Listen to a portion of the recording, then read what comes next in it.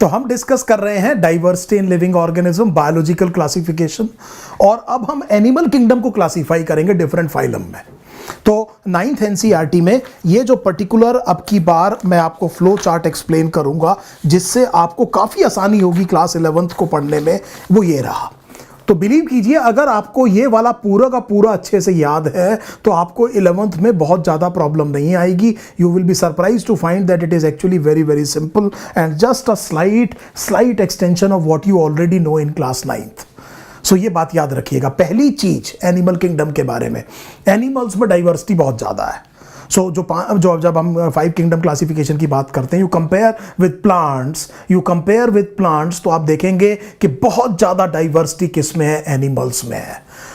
अब आप ये समझिए कि जितने मैंने आपको बताया था कि species are known and described 1.7 to 1.8 million, करीब 70% उसमें एनिमल्स ही हैं, और उसमें करीब सबसे ज़्यादा जो ऑर्गेनिजम्स हैं वो इंसेक्ट्स हैं। Just to give you an idea, हर एक लिविंग ह्यूमन बींग्स पर करीब 200 मिलियन इंसेक्ट्स होते हैं किसी भी इंस्टेंट में। 200 million for each human beings. Just imagine the number that I am talking about. आप जस्ट समझने की कोशिश कीजिए कि ये इंसेक्ट्स इतने सक्सेसफुल क्यों हैं। Immediately if you are a student of science, आपको ये बात सबसे पहले दिमाग में आनी चाहिए कि इसकी वजह क्या है। अगर मैं जब आर्थ्रोपोडा फाइलम पढ़ूंगा तो पहले ये देखने की कोशिश करूंगा कि ये इंसेक्ट्स इतने सक्सेसफुल क्यों हैं। ये बात मेरे को इस तरह से साइंस को पढ़ना चाहिए, तब जाकर के आपको ये इंटरेस्टिंग लगेगी और एक्चुअली यू विल जैसी किसी नई चीज का पता लगता है तो एक इलेशन आता है, there is a feel good factor और आपका मन लगता है सब्जेक्ट को पढ़ने में। देखिए इसको एक्सप्लेन करेंगे लोकोमोशन से। तो अगर आपसे कोई जना ये पूछे कि एनिमल वर्ड की एक वो कैरेक्टर बताइए जो कि उसको स्टार्क कंट्रास्ट में रखता है बाकी ऑर्गेनिज्म से, then the answer is locomotion. एक जगह से दूसरी जगह मूव करना, इसे लोकोमोशन कहते हैं। ये बहुत इंपॉर्टेंट प्रॉपर्टी है। इसका मतलब ये अलग अलग एनवायरनमेंट में जा सकते हैं, और हम पहले ही समझ चुके हैं कि अलग अलग एनवायरमेंटल कंडीशंस में अलग अलग एडेप्टेशन चाहिए, और इसीलिए आपको बहुत ज़्यादा डाइवर्सिटी देखने को मिलती है। अब 5 किंगडम क्लासिफिकेशन याद कीजिए विटेकर का। मुझे अब आप ये बताइए कि एनिमल किसे कहेंगे। पहले तो ये बताइए एनिमल किसे कहेंगे। हम ये कह सकते हैं कि एनिमल्स जो हैं they are multi cellular organism. देखिए यूकैरियोटिक ऑर्गेनिज्म है, ये आपको पता है, दे आर यूकैरियोट्स। आपको पता है मल्टी सेलुलर है, ये बात पता है। आपको पता है सेल वॉल एब्सेंट है, और आपको ये भी पता है कि इनका जो मोड ऑफ न्यूट्रिशन है वो ये हेट्रोट्रॉफ्स है। और आप एक और चीज़ देखेंगे कि इनमें 2 टिश्यूज़ हैं, नर्व और मसल, जो आपको किसी और किंगडम में देखने को नहीं मिलेगी। देखिए मुझे जब मैं इवोल्यूशनरी स्कीम से पढ़ता आ रहा हूं तो मुझे पता था कि एनिमल यूकैरियोटिक होगा, मल्टी सेलुलर होगा। हमें पता था कि उसके सेल के चारों तरफ सेल वॉल नहीं होगी, इसका मतलब फ्लेक्सिबिलिटी होगी। फिर इसको लोकोमोशन से देखिए, लोकोमोशन बहुत इंपॉर्टेंट फीचर है एनिमल का। आप देखिए कितनी एडेप्टेशंस लोकोमोशन की वजह से आएगी इवोल्यूशन में। मुझे ये समझ में आ गया कि ये हेट्रोट्रॉफ है, और साथ में ये समझ में आ गया नर्व और मसल है। अब आप दिमाग लगाइए क्लास 10th में जो आपने पढ़ा है न्यूरल एंड केमिकल कोऑर्डिनेशन। अब आप याद रखिए कि किस तरह से नर्व और मसल लोकोमोशन में मदद करती है, और फिर वो रिस्पॉन्सिबल होगा diversity in the living organism में। देखिए अगर मैं इवोल्यूशनरी बेसिस पर क्लासिफाई करूंगा तो सबसे पहले मैं ये देखूंगा कि ऑर्गेनाइजेशन क्या है, बॉडी ऑर्गेनाइजेशन क्या है। अगर मल्टी सेलुलर है, डू यू नो कि सेल के बाद में what is the level of biological organisation. आपकी 9th की एनसीईआरटी में पढ़ाया हुआ है, इट इज टिश्यूज। टिश्यूज बनते हैं सेल के बाद में। तो ऑर्गेनिज्म मल्टी सेलुलर हो गया, लेकिन सेल्स ने मिलकर क्या नहीं बनाया, टिश्यूज नहीं बनाया। तो ये सबसे प्रिमिटिव एनिमल्स को आपने अलग कर दिया। इनमें हमने कहा कि ग्रेड ऑफ ऑर्गेनाइजेशन केवल सेलुलर है, बॉडी मल्टी सेलुलर हो गई है लेकिन इनमें टिश्यूज नहीं बना। ये सबसे प्रिमिटिव एनिमल्स होंगे, और आपने 9th में पढ़ा है इन्हें पॉरीफेरा फाइलम में रखा जाता है, स्पॉन्जेस कहते हैं इनको।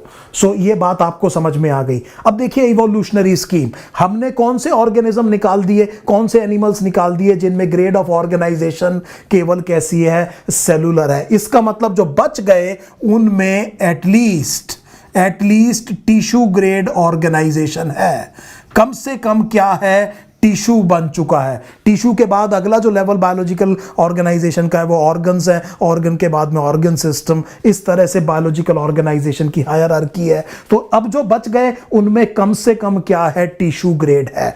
सो जितने भी ऑर्गेनिजम्स हैं सब में टिश्यू बन गया है। अब इनको अगर आपने क्लासिफाई करना है तो फिर आपको एक इवोल्यूशनरी फीचर चाहिए, और ये जो इवोल्यूशनरी फीचर है अब की बार ये बॉडी सिमेट्री है, कि बॉडी में किस तरह की सिमेट्री इनमें देखने को मिलती है। So that means the next feature जो मैं दूसरा फीचर ले रहा हूं वो ले रहा हूं बॉडी सिमेट्री। ध्यान दीजिएगा, बॉडी सिमेट्री। सो मैं अब इस तरह के ऑर्गेनिजम्स जिनमें एनिमल्स जिनमें कम से कम टिश्यू बन चुका है उनमें ये देख रहा हूं कि बॉडी सिमेट्री कैसी है। सो बॉडी सिमेट्री दो तरह की हो सकती है। एक को हम कह सकते हैं रेडियल सिमेट्री, हालांकि ये मैं स्टारफिश का एग्जांपल यहां पर केवल रिप्रेजेंटेटिव फंक्शन के लिए ले रहा हूं, बाद में आपको इसकी वजह समझ में आएगी, लेकिन रेडियल सिमेट्री का काफ़ी बढ़िया एग्जांपल है। आप इसको एक से ज़्यादा प्लेन से दो सिमिलर हाफ्स में डिवाइड कर सकते हैं, इसको आपने कहा रेडियल सिमेट्री।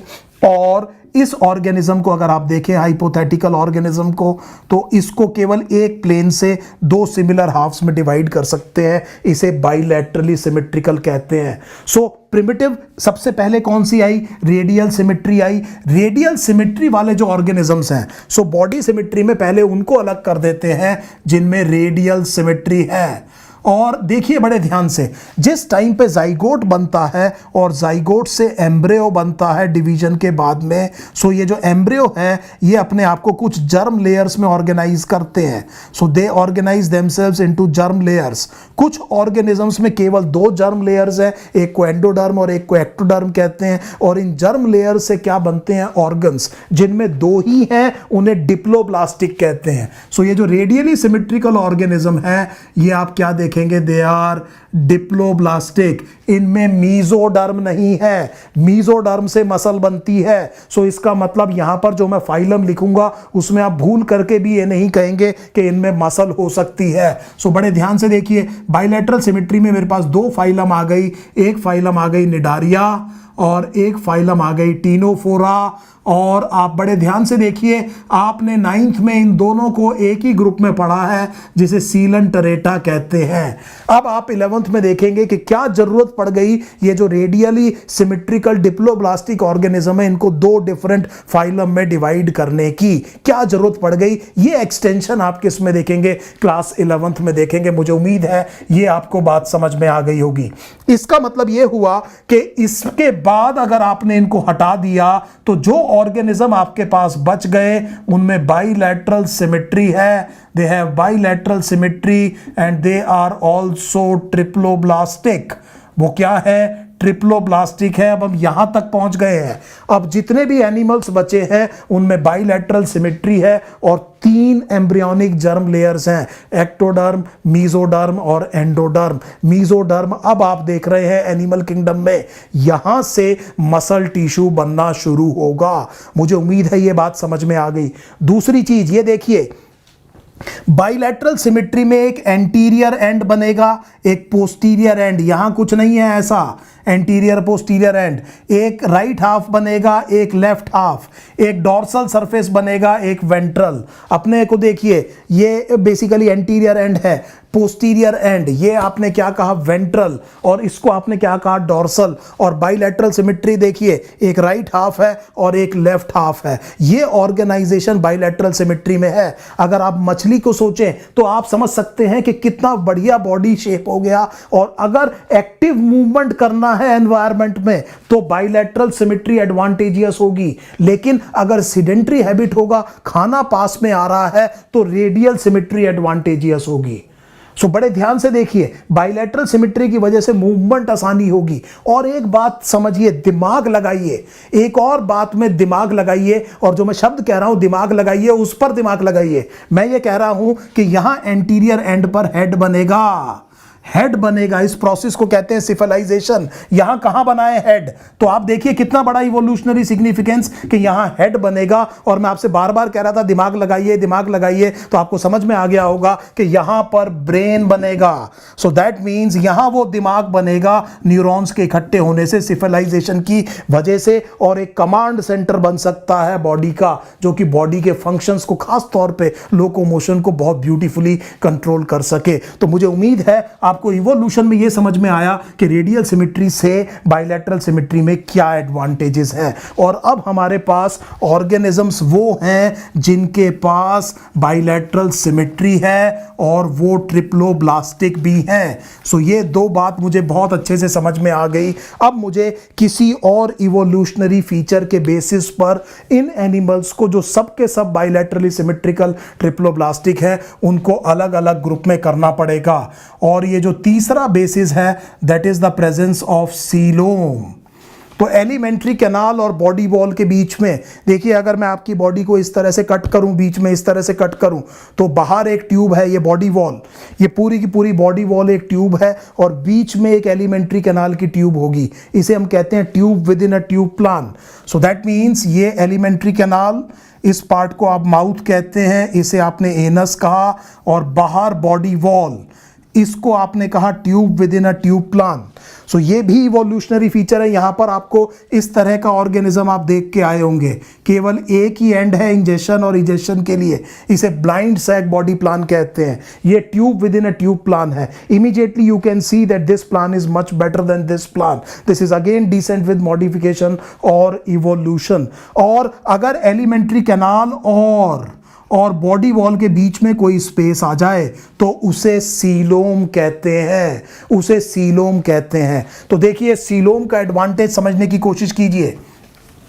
सबसे पहले एक ऐसे ऑर्गेनिज्म की बॉडी को कट करके देखते हैं जो ट्रिप्लोब्लास्टिक है। देखिए ये tube within a tube plan आप इमेजिन कर पा रहे हैं, ये गट है, ये बॉडी वॉल है। Body wall is always lined by ectoderm. ये किससे लाइंड होती है? एक्टोडर्म से।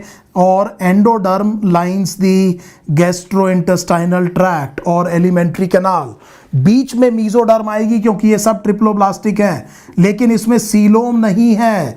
आप देखिए मैंने पूरी तरह से इनके अंदर बीच में सेल को भर दिया है, इनमें बीच में सीलोम नहीं है। सो मैं सबसे पहले ऐसे ऑर्गेनिजम्स को अलग कर रहा हूं जिनमें बाइलेटरल सिमेट्री है, ट्रिप्लोब्लास्टिक है, लेकिन सीलोम नहीं है। ये इन ऑर्गेनिजम्स को आपने पढ़ा है 9th में, आप प्लेटी हेलमिंथिस कहते हैं या फ्लैट वॉर्म कहते हैं। सो देखिए एक बड़ा इंटरेस्टिंग चीज बताता हूं कि ये फ्लैट वॉर्म फ्लैट क्यों होता है।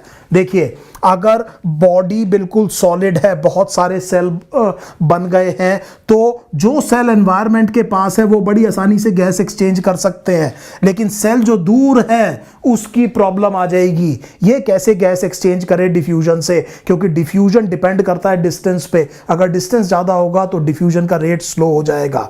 तो हम ऐसा करते हैं कि मैं अक्सर क्लास में एक बहुत बढ़िया एग्जाम्पल देता हूँ। आप जो रोटी बनाते हैं घर पे, उसको इमेजिन कीजिए। तो आप आटे में पानी मिलाते हैं, डो बनाते हैं और उसका फिर एक पेड़ी जैसा बनाते हैं गोल सा, और उसको फिर आप बेल देते हैं, फ्लैट कर देते हैं उसको। सो मैं यही कह रहा हूं कि इस ऑर्गेनिज्म को भी आप बेल दीजिए, दबा दीजिए डोर्सो वेंट्रली फ्लैटेंड, और आप देखेंगे कि इसकी वजह से सारे सेल सरफेस के पास आ गए हैं। और इसका मतलब अब ये बड़ी आसानी से एनवायरनमेंट से गैस एक्सचेंज कर सकता है। तो फ्लैट वॉर्म क्यों फ्लैट होते हैं ये भी हमें समझ में आ गया कि इसलिए क्योंकि वास्कुलर सिस्टम के बनाने की जगह नहीं है और इसीलिए सारे के सारे सेल्स को सरफेस के पास लाना पड़ेगा। I hope this is absolutely clear. So अब हमने ये कहा कि ये बेसिकली सीलोम, और देखिए सीलोम का एक और फायदा समझिए। अब जो ऑर्गेनिज्म है उनके पास सीलोम है। आप 11th में पढ़ेंगे दो तरह की सीलोम होती है, एक को सूडो सीलोम कहते हैं, एक को ट्रू सीलोम कहते हैं। ट्रू सीलोम वो जो चारों तरफ से एम्ब्रियोनिक मीजोडर्म से कवर्ड हो, उसको लाइंड हो, उसको आप ट्रू सीलोम कहते हैं। सो इसको मैं अभी बहुत ज़्यादा डिटेल में नहीं बता रहा हूं। मैंने उन ऑर्गेनिजम्स को अलग किया जिनमें सूडो सीलोम है। सीलोम तो है पर वो सीलोम फॉल्स है, that means it is not surrounded by embryonic mesoderm on all sides, इसको आप सीडोसीलोम कहते हैं। और फाइलम आपने 9th में पढ़ी है एस्केलमेंथिस, एस्केलमेंथिस में आपने एक ग्रुप पढ़ा होगा, इसे हम कहते हैं नीमेटोड्स, और नीमेटोड्स में आपने राउंड वॉर्म पढ़ा होगा, इसे हम कहते हैं एस्केरिस लम्ब्रिकॉइडिस, सबसे कॉमन वॉर्म इन्फेक्शन मैनकाइंड का। सो अब जो बच गए उनमें ट्रू सीलोम है, और ट्रू सीलोम के लिए आप कहेंगे यूसीलोम। अब इन ऑर्गेनिजम्स को मुझे क्लासिफाई करना है। अब तक देखिए क्या बन चुका है एनिमल किंगडम में, ट्रू सीलोम बन चुकी है। सीलोम की वजह से देखिए एलिमेंट्री कैनाल के बाहर स्पेस, इसका मतलब आप स्टमक बना सकते हैं, क्योंकि स्टमक में आप अगर खाना भरेंगे तो उसके बाद में स्टमक एक्सपेंड करेगा, इसका मतलब स्टोरेज की स्पेस आ गई। यूरिनरी ब्लैडर में यूरिन स्टोर हो सकता है, अगर यूरिनरी ब्लैडर नहीं होता तो आप क्लास में बैठ ही नहीं सकते थे। आप समझ सकते हैं बड़े ध्यान से कितना इंपॉर्टेंट चीज है ये जो स्टोरेज का फंक्शन है। ग्लाइकोजन स्टोर किया जा सकता है, स्पर्म स्टोर किया जा सकता है, और जैसा आपने देखा खाना स्टोर किया जा सकता है, और रेक्टम में फीसिस भी स्टोर किया जा सकता है, otherwise it would have become a very very big problem. So मुझे उम्मीद है इसकी भी इवोल्यूशनरी सिग्निफिकेंस आपको समझ में आई होगी। अब इसके बाद में आप जब देखेंगे तो एक और फीचर आप 11th में देखेंगे, एम्ब्रियोनिक डेवलपमेंट, प्रोटोस्टोम और ड्यूटेरोस्टोम, उसको मैं छोड़ देता हूं। और अब आप देखेंगे लास्ट में कि बॉडी सेगमेंटेड है कि नहीं है। सो बॉडी सेगमेंटेशन है कि नहीं, जैसे हेड, थोरैक्स और एब्डोमेन, जैसे आप अर्थ फॉर्म को देखिए उसकी बॉडी क्या होती है, सेगमेंटेड होती है, और सेगमेंटेशन की वजह से फिर आपके जो लोकोमोशन कैपेबिलिटीज हैं वो क्या होती जाएंगी, कॉम्प्लेक्स होती जाएंगी। माइंड यू बीच में एक फीचर मैंने अभी यहां पर इंट्रोड्यूस नहीं किया, एम्ब्रियोनिक डेवलपमेंट, प्रोटोस्टोम है कि ड्यूटेरोस्टोम। तो अगर आप ये देखेंगे बॉडी सेगमेंटेड है कि नहीं है, सो आप फाइलम देखेंगे एनिलिडा, एनिलिडा में बॉडी सेगमेंटेड है। आर्थ्रोपोडा, आर्थ्रोपोडा में भी बॉडी सेगमेंटेड है। अगर आप मोलस्क की बात करेंगे तो मोलस्क में बॉडी सेगमेंटेड नहीं है। अगर आप इकाइनोडर्मेटा की बात करेंगे तो इकाइनोडर्मेटा में बॉडी सेगमेंटेड नहीं है। और आखिरी फाइलम जो आपने पढ़नी है कॉर्डेटा, जो आपकी खुद की फाइलम है, उसमें बॉडी सेगमेंटेड है। सो देखिए इसके बाद मैं इनको अलग अलग तरीके से और क्लासीफाई करूंगा, लेकिन आपको ये जो बेसिक फीचर्स हैं इनके ऊपर अब काफी समझ में आया कि अगर कोई जना आपसे आर्थ्रोपोड कहता है, अगर मान लीजिए आपको ये सीन समझ में आया, ये सिस्टम समझ में आया, ये इवोल्यूशनरी स्कीम समझ में आई, और मैं आपसे पूछता हूं आर्थ्रोपोडा, तो आप ये बता सकते हैं कि यूकैरियोट है, मल्टी सेलुलर है, सेल वॉल है नहीं, हिट्रोट्रॉफ है। अब आप देखिए बॉडी में ऑर्गन सिस्टम ऑर्गेनाइजेशन है, बाइलैटरल सिमेट्री है, ट्रिप्लोब्लास्टिक है, ट्रू सीलोम है, और बॉडी क्या है, सेगमेंटेड है, और काइटिनस एक्सोस्केलेटन और जॉइंटेड अपेंडेजेस हैं, जिसलिए इनको आर्थ्रोपोडा कहते हैं। ये एक फीचर। अब आप देखिए मैंने 8-10 फीचर आपको इस फाइलम के बता दिए बिना अभी किताब को खोले हुए। जब आप किताब को खोलेंगे तो आप ये देखेंगे कि 50% चीजें तो यही लिखी हुई हैं, और अगर ये इवोल्यूशनरी स्कीम समझ में आती है then it is very easy to understand the diversity. इसके बाद में आपको 11th में ये कॉर्डेट्स को क्लासिफाई करना है। फिर आपने कॉर्डेट्स को क्लासिफाई करना है, किसे नॉन वर्टिब्रेट कहते हैं, किसे वर्टिब्रेट कहते हैं। वर्टिब्रेट्स में फिश कौन है, फिश के बाद में एम्फीबियंस, एम्फीबियंस से रेप्टाइल्स, बर्ड्स और मैमल्स। और ये इस तरह से नहीं, it will become a fluid, it will become a like a flowing river. आपको अपने आप समझ में आता जाएगा कि what should be the next character. अगर आप देखें फिश की बात, अगर मैं जाते जाते आपको बताऊं जॉ बन गए, सो जॉ बनते याद करिए बड़ी फेमस स्टीवन स्पीलबर्ग की फिल्म है जॉज, तो आप जानते हैं कि जॉस बन गए, शार्क दिमाग में आती है, पहली बार जॉ आपको दिखाई देगा किसमें, फिशेस में। फिर आप आगे जाएंगे तो याद कीजिए फ्रॉग, लिम्स, लंग्स, ये बनने शुरू हो गए। उसके बाद एक एमनियन आएगी रेप्टाइल्स में। उसके बाद जब आप बर्ड्स और मैमल्स में देखेंगे तो बर्ड्स में पहली बार फेदर आएगा, और मैमल्स में जो मैं पहले भी बता चुका हूं मेमरी ग्लैंड और हेयर आएगा। So we will follow in the classification the evolutionary scheme. This is the basic thing that you must understand, and then obviously I know that in each phylum you will have to remember the names of the representative organisms. उनके biological नाम नाम भी याद रखने पड़ेंगे, अलग अलग कुछ और फीचर्स होंगे वो भी याद रखने पड़ेंगे। लेकिन अगर आपको ये स्कीम समझ में आ गई है तो आपका रोट लर्निंग पर डिपेंडेंस कम होगा, आपको बेसिक फीचर इस ऑर्गेनिज्म के हमेशा याद रहेंगे। मुझे उम्मीद है आपने इस वीडियो को पसंद किया होगा। नाउ अब आप 10th का एग्जाम छोड़ करके 11th में आ चुके हैं, अब आप नीट की प्रिपरेशन कर रहे हैं। 2 साल में आपको नीट देना है। जिस तरह से मैंने सजेस्ट किया है उस तरह से पढ़ने की कोशिश कीजिए। पहली बार खूब टाइम इन्वेस्ट कीजिए, कंसेप्ट को ढंग से समझिए, जो फैक्चुअल इंफॉर्मेशन है उसकी फैक्ट शीट बनाइए ताकि उसे बार बार रिवाइज किया जा सके। कंसेप्ट को एक बार समझ के डिफरेंट तरह के क्वेश्चंस को कन्फ्रंट कीजिए। एक रूटीन रखिए, एक पीरियोडिसिटी मेंटेन करिए, डिसिप्लिन मेंटेन कीजिए। अगर आप थोड़ा थोड़ा काम रोज करते जाएंगे, so believe me it is not a difficult job, it is not a difficult exam, NEET entrance exam. Welcome to class 11th, enjoy biology, enjoy your study. Thank you so much.